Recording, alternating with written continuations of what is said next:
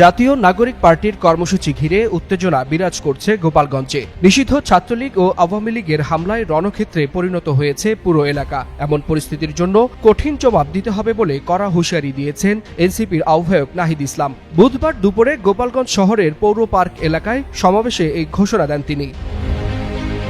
সমাবেশে নাহিদ ইসলাম বলেন, যুদ্ধ নয়, শান্তি ও দেশ গড়ার আহ্বান জানাতে গোপালগঞ্জ এসেছি। এ সময় মুজিববাদ ও সন্ত্রাসীদের হাত থেকে এই জেলাকে মুক্ত করার ঘোষণা দেন তিনি। আমরা আজকে গোপালগঞ্জে এসেছিলাম দেশ গড়তে জুলাই পদযাত্রা কর্মসূচি নিয়ে। আমরা কোনো যুদ্ধের আহ্বান নিয়ে নয়, শান্তি এবং দেশ গড়ার আহ্বান নিয়ে গোপালগঞ্জে আজকে এসেছি। গোপালগঞ্জে কোনো সন্ত্রাসীদের আস্তানা আমরা সহ্য করব না। মুজিববাদীরা মুক্তিযুদ্ধকে কলুষিত করেছে, গোপালগঞ্জকেও কলুষিত করেছে। সেই গোপালগঞ্জকে আমরা আবার পুনরুদ্ধার করব, আবার সমুন্নত করব। আজকে আবারও বাধা দেওয়া হয়েছে দ্বিগুণ গতিতে, এর জবাব আমরা দিব ইনশাআল্লাহ। সমাবেশ শুরুর আগেই দুপুর 1:30টায় সমাবেশ মঞ্চে হামলা চালায় স্থানীয় আওয়ামী লীগ ও নিষিদ্ধ ঘোষিত সংগঠন ছাত্রলীগের নেতাকর্মীরা। ভেঙে ফেলা হয় মঞ্চ, সাউন্ড সিস্টেম আর চেয়ার। আতঙ্ক ছড়িয়ে পড়ে পুরো এলাকায়। ককটেল বিস্ফোরণের ধোঁয়ায় আচ্ছন্ন হয়ে যায় সমাবেশ স্থল।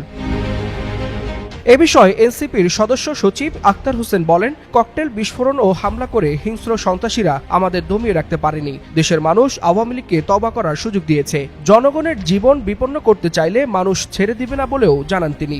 ওরা ককটেল বিস্ফোরণ করেছে, ওরা রাস্তা আটকিয়েছে, কিন্তু গোপালগঞ্জের সাহসী জনতাকে নতুন বাংলাদেশের পদযাত্রায় থামিয়ে রাখতে পারে না। ওই হিংস্র সন্ত্রাসীদের বলতে চাই, বাংলাদেশের মানুষ আপনাদেরকে তওবা করার সুযোগ দিয়েছে।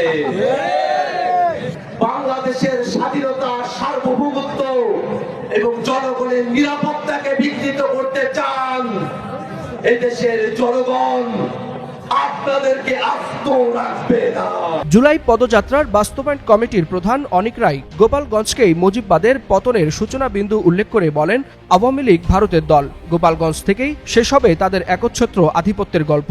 আমরা ভাই পদযাত্রায় যা হয়েছে, এই মুজিববাদের যে কবর, সেই কবর এই অঞ্চলে রচিত হবে।